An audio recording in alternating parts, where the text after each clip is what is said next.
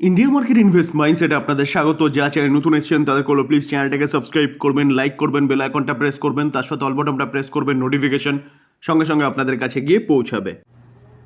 Nifty 50 দেখুন, নিফটিকে দেখলে দেখা যাবে নিফটি আজকের দিনে এখনও পর্যন্ত 0.36% একটা ডাউন সাইড মুভমেন্ট দেখাচ্ছে এবং নিফটির মুভমেন্টটা না হেভি রিসেন্ট শুরু করেছে। অর্থাৎ নিফটি একটা ফ্ল্যাট টাইপ পারফরমেন্স দেখাচ্ছিল, সেখান থেকে নিফটির মধ্যে হঠাৎ করে কিন্তু একটা ব্যাপক না হলেও একটা জোরদার গিরাওয়াট দেখা যাচ্ছে। যেখানে ফ্ল্যাট চলছিল সেখান থেকে কিন্তু নিফটি 0.31% একটা ডাউনে রয়েছে। তো আস্তে আস্তে কিছুটা রিকভারিও দেখা যাচ্ছে। শুধু নিফটি নয়, আমরা যদি সেন্সেক্সকে দেখলে দেখা যাবে, দেখুন 0.19% একটা ডাউন সাইড মুভমেন্ট দেখাচ্ছে। সেন্সেক্স পজিটিভ চলছিল, সেখান থেকে একটা হালকা গিরাওয়াট দেখা গেছে, আবার কিছুটা রিকভারিও দেখা গেছে। তো এরকমটা কেন হচ্ছে? যেখানে কালকে আমরা দেখেছিলাম যে আমাদের ভারত পাকিস্তানের জঙ্গি ঘাঁটির ওপর আক্রমণ করেছিল এবং প্রচুর জঙ্গিকে মেরেছিল, তার ফলস্বরূপ আমাদের মার্কেট কালকে সেলিব্রেট করেছে। অর্থাৎ সবার পোর্টফোলিও কিন্তু পজিটিভ ছিল, কারণ যা আনসার্টেনিটি মার্কেটে চলছিল যে কী হবে সেটা হয়ে গেছে। তার ফলে মার্কেট রিকভারি করেছে। আজকেও কিন্তু সেন্সেক্স বা নিফটি ভালো মুভমেন্ট না দেখালেও মিড ক্যাপ এবং স্মল ক্যাপ ভালো মুভমেন্ট দেখাচ্ছিল এবং একটা পোর্টফোলিও ভালো পারফরমেন্স দেখাচ্ছিল। স্যার, এখন যদি আমরা মিড ক্যাপ ইন্ডেক্সকে দেখি না, তাহলে নিফটি মিড ক্যাপকে দেখলে দেখা যাবে মিড ক্যাপ কিন্তু 1%-এর ওপরে ডাউন সাইড মুভমেন্ট দেখাচ্ছে এবং স্মল ক্যাপ ইন্ডেক্সকে দেখলে দেখা যাবে স্মল ক্যাপ ইন্ডেক্স প্রায় 0.5%-এর কাছাকাছি একটা ডাউন সাইড মুভমেন্ট দেখাচ্ছে। কি এমন হলো হঠাৎ করে আমাদের মার্কেটের মধ্যে একটা ভালো গিরাওয়াট দেখা যাচ্ছে? স্যার, আমাদের মার্কেটের ইন্টারনালি প্রবলেম না, প্রবলেম হচ্ছে আমাদের পার্শ্ববর্তী দেশ পাকিস্তানের মার্কেটের, যার ইম্প্যাক্ট কিন্তু আমরা আমাদের মার্কেটেও দেখতে পাচ্ছি। দেখুন, পাকিস্তানের মার্কেট করাচি 100 কালকে 3.5%-এর কাছাকাছি পড়েছিল। আজকের দিনে দেখলে দেখা যাবে 6.5%-এর কাছাকাছি ডাউন সাইড মুভমেন্ট দেখাচ্ছে। এখন করাচির মার্কেট অর্থাৎ পাকিস্তানের মার্কেটকে বন্ধ করা হয়েছে, কারণ ভয়ঙ্কর গিরাওয়াট করাচির মার্কেট দেখাচ্ছে। যেখানে স্যার টাইমিংটা দেখতে পারবেন যে 1:04 বন্ধ করা হয়েছে, 6.5% মতন ডাউন সাইড মুভমেন্ট দেখাচ্ছে। তো স্যার, আমরা দেখেছিলাম ইউক্রেন রাশিয়ার যুদ্ধ যখন হচ্ছিল তখন রাশিয়ার মার্কেটও কিন্তু এইভাবে বন্ধ করে দেওয়া হয়েছিল, কারণ ফ্রি ফল দেখা গেছিলো। তো পাকিস্তানের মার্কেটেও এরকম একটা ফ্রি ফল দেখা যাচ্ছে। কালকে 3.5%, আজকে প্রায় 6.5%, দুদিনে প্রায় 11,000 পয়েন্ট পুরো হাওয়া হয়ে গেছে পাকিস্তানের মার্কেট থেকে।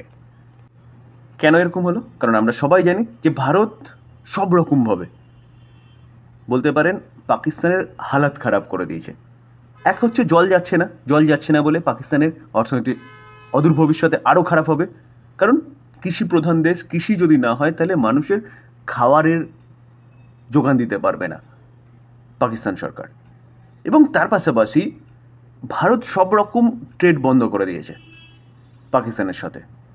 তো সেই জায়গায় দাঁড়িয়ে এমনিই হালত খারাপ ছিল।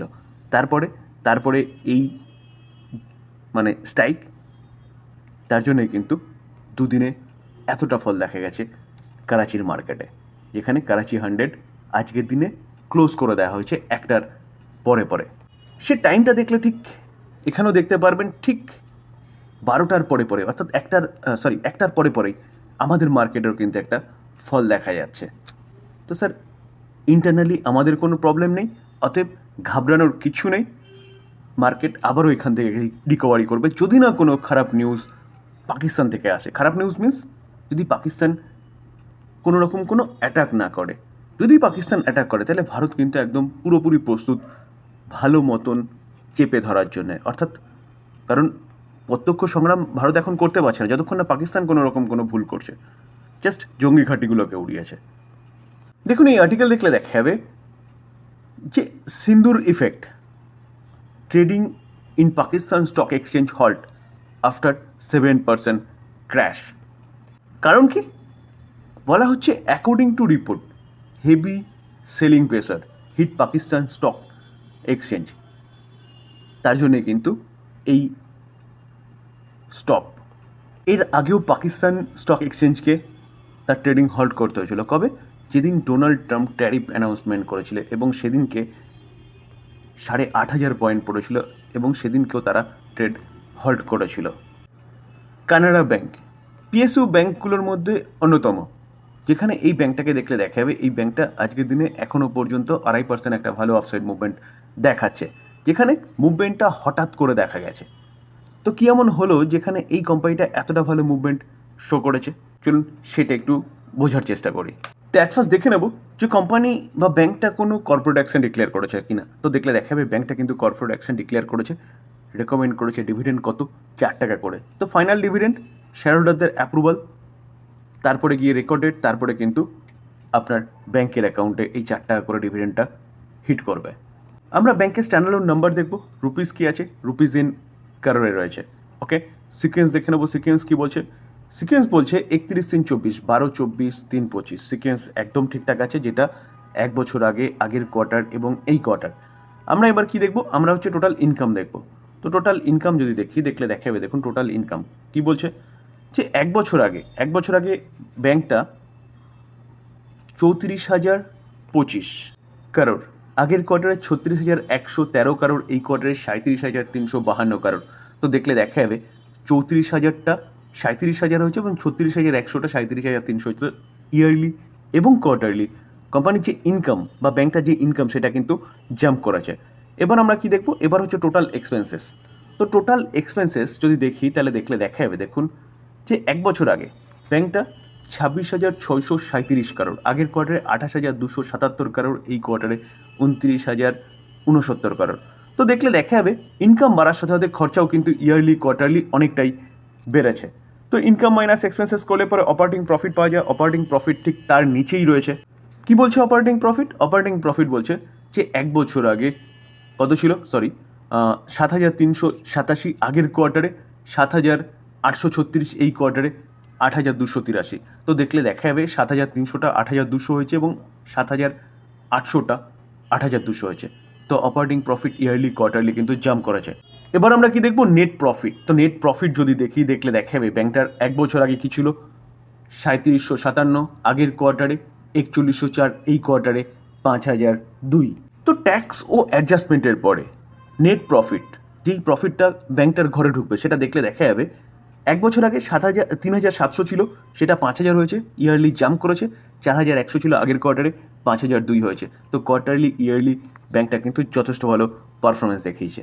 তো ব্যাংকের রেজাল্ট দেখছি, অ্যাট ফার্স্ট প্রফিট, তারপরে প্রভিশন মানে ব্যাংক মনে করছে এই প্রভিশনটা এই কোয়ার্টারে আসবে না, অর্থাৎ প্রভিশনের এই অ্যামাউন্টটা এই কোয়ার্টারে আসবে না। এবং তারপরে কি, এনপিএ। তো চলুন প্রভিশনটা এবার দেখে নিই। তো প্রভিশন দেখলে দেখাবে দেখুন 8 নম্বর কলনে কী রয়েছে, যে এক বছর আগে ব্যাংক মনে করছিল 2,481 কারোর ব্যাংকের কাছে আসবে না এবং আগের কোয়ার্টারে 2,398 কারোর, এই কোয়ার্টারে সেটা কমে 1,831 কারোর। তো ব্যাংক কিন্তু প্রভিশন অনেকটা কমিয়েছে। আর যে কোনো ব্যাংকের প্রভিশন কমা মানে কিন্তু এটা হচ্ছে ভালো দিক, যার জন্যে কোম্পানির প্রফিটটা কিন্তু ইয়ারলি অনেকটাই বেড়েছে, কারণ প্রভিশন অপারেটিং প্রফিট থেকে কী হয়, মাইনাস হয়। এবার আমরা কি দেখব, এনপিএ। তো এনপিএ নন পারফর্মিং অ্যাসেট। তো প্রভিশন আস্তে আস্তে জমতে কিন্তু এনপিএতে পরিণত হয়, যেই অ্যাসেটটা কোনো পারফরমেন্স করছে না, অর্থাৎ সেই অ্যাসেটটা থেকে কোনো আউটকাম আসছে না। তো আমরা গ্রস এনপিএ দেখব।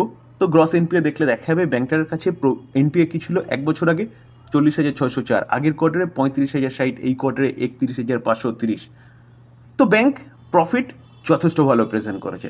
ব্যাংক প্রভিশন ইয়ারলি কোয়ার্টারলি কমিয়েছে, ব্যাংক এনপিএ ইয়ারলি কোয়ার্টারলি কমিয়েছে। তো ফাটাফাটি রেজাল্ট করেছে বলতে পারেন এই ব্যাংকটা এই কোয়ার্টারে। তো এই কারণে কিন্তু এই ব্যাংকটা এতটা ভালো একটা মুভমেন্ট প্রেজেন্ট করেছে রেজাল্ট আউট হওয়ার পরে।